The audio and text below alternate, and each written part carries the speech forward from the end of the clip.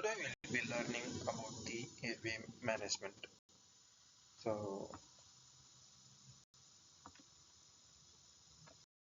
we will be covering this topic under assessment of the airway, that is assessment of pattern and rate of respiration, basic airway management, that is airway opening techniques. The basic airways are nasopharyngeal airway and oropharyngeal airways.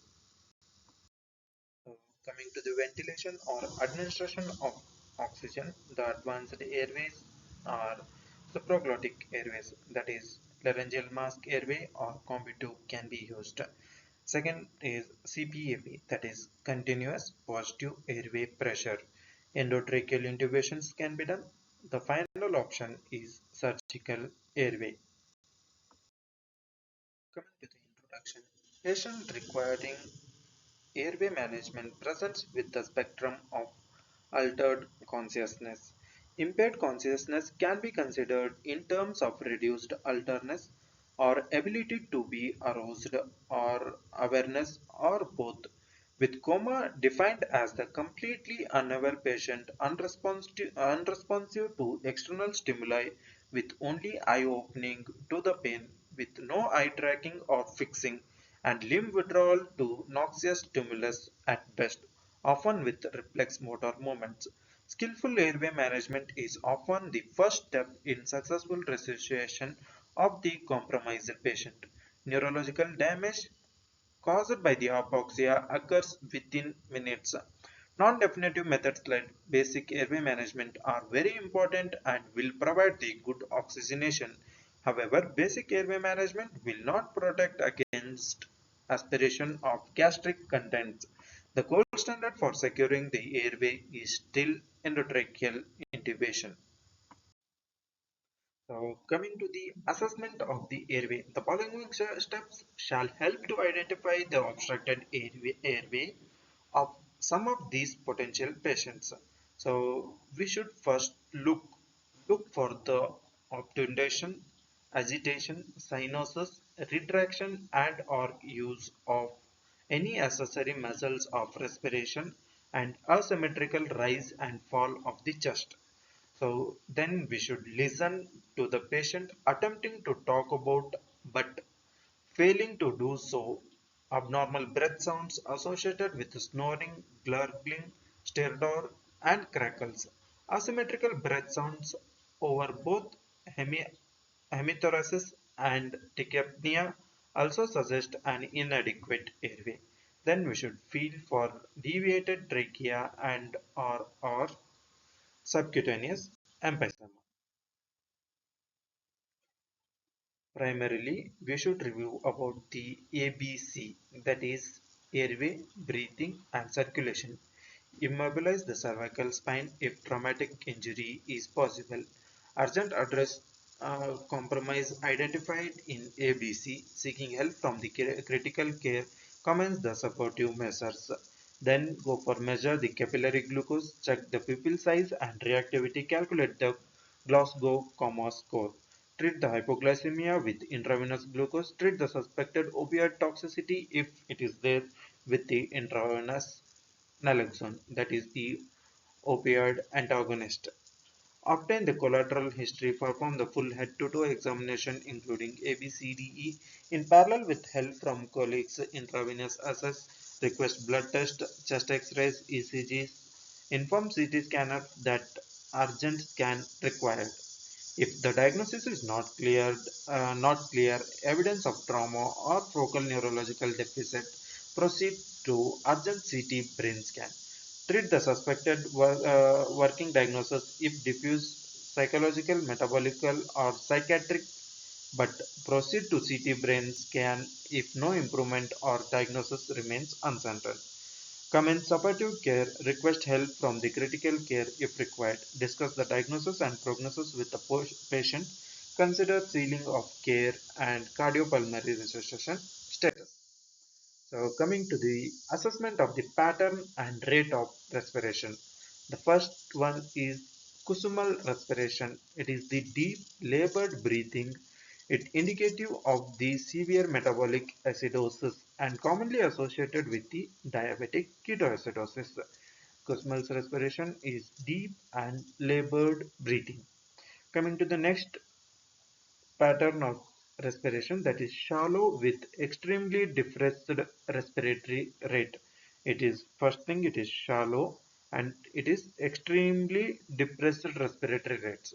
It is seen in opiate overdose.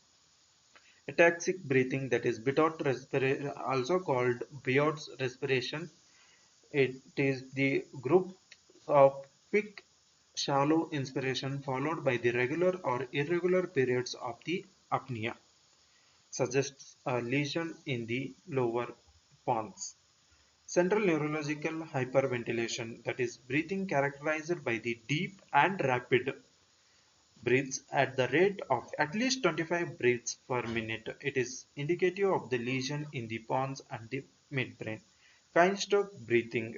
It is the abnormal breathing pattern characterized by the cycle of deep, labored breathing followed by the shallow breaths and periods of apnea. It is seen in many underlying pathologies such as heart failure, stroke, etc. It is not helpful in making the firm diagnosis. Basic airway management. It starts with the assessment of the airway. Is the airway free of obstruction?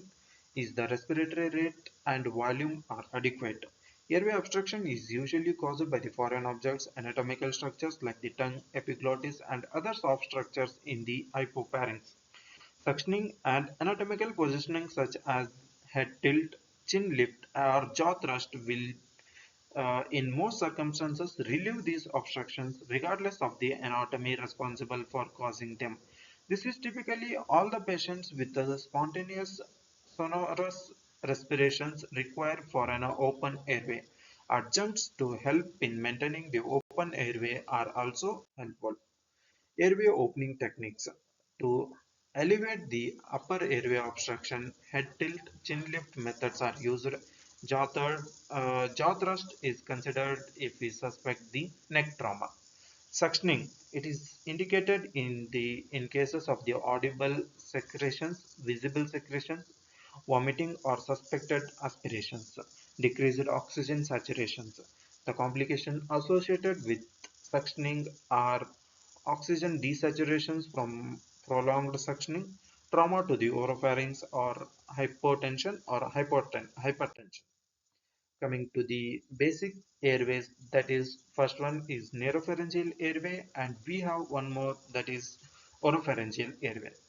Coming to the nasopharyngeal airway, it is placed in either nasal passage and allow the unobstructed routes of ventilation through the nose to the hypopharyngeal area. Tend to be less stimulating than the oral airway but can cause epistaxis. Select the proper size. It is measure the distance from the nostril to the trachea of the ipsilateral ear. Consider the diameter of the airway in the nostril. So the technique is lubricate the nasopharyngeal airway with the water-soluble lubricant. Insert posteriorly. Bevel should be towards the base of the nostril or towards the septum. If the airway cannot be inserted into one nostril, try with the other side. Indications are awake or semi-conscious patients, intact gag reflex, airway obstruction or snoring. It is contraindicated in the facial trauma cases. Oropharyngeal airway. It relieves the soft tissue obstructions of the posterior airway by displacement of the tongue and soft tissue anteriorly.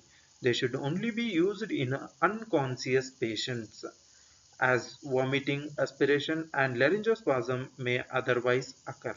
It is indicated in airway obstruction or impending obstructions in cases of the unconscious patients. It is contraindicated in intact gag reflex, conscious or semi-conscious patients where or nasopharyngeal airway is considered. Relative contraindication in a patients who will likely awaken quickly. Example, post-ictal patients. Inserting an oropharyngeal airway. Principle is to bring the tongue anteriorly, insert upside down with a flange facing the top of the head. Rotate 180 degrees into place after the flange contacts posterior oropharynx. If available, a tongue depressor is useful to drawing the tongue anteriorly before inserting of the oropharyngeal airway. The complications may be if inserted incorrectly. The oropharyngeal airway may displace the tongue posteriorly and obstruct the airway more. Sizing the oropharyngeal airway. Measure from the corner of the mouth to the angle of the jaw. For the nasopharyngeal or airway, it is the measurement from the nostril to the tragus of the ear. For oropharyngeal airway, it is measured from the corner of the mouth to the angle of the jaw for delivering the oxygen. Ventilation, that is administration of the oxygen. We can use nasal cannula, that is maximum flow of 6 liters per minute. Non rebreather mask typically delivers an oxygen concentration between 60 to 80% of fraction of inspired oxygen. Open the regulator all the way open to get 100% fraction of inspired oxygen. Bag mask ventilation. Bag mask device require an oxygen reservoir to supply 100% oxygen when the deflated bag is re-inflated. Reservoir attached bag or maybe via attached corrugator tubing. Collapsed corrugated tubing must be extended prior to using the bag mask device. Some bags do not deliver oxygen without actively squeezing the bag to open the bag mask ventilation technique. Open patient's airway with a head tilt chin lift technique. Jaw thrust is required in cases of the suspected cervical trauma. Squeeze bag to deliver each breath over 1 second. Rapid infusion may cause the gastric distension. Tidal volume of 6 to 7 ml per kg is ideal for body weight. Ventilate at the rate of 15 to 12 breaths per minute, one breath every 5 to 6 seconds. Do not hyperventilate. Now, predicting the difficulty of bag mask ventilation, we can remember it by MOANS, MONS, that is mask. M stands for mask seal. If facial hair or a small chin, it is a small chin, it will be difficult for ventilation, bag mask ventilation.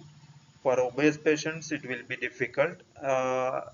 Patient age over 55 years, it will be difficult for ventilation. If there is no teeth, it will be difficult for ventilation. Stiff lungs in cases of the reactive airway diseases, chronic obstructive pulmonary disease, acute respiratory distress syndrome, and in cases of the pregnancy. So, coming to the next slide, that is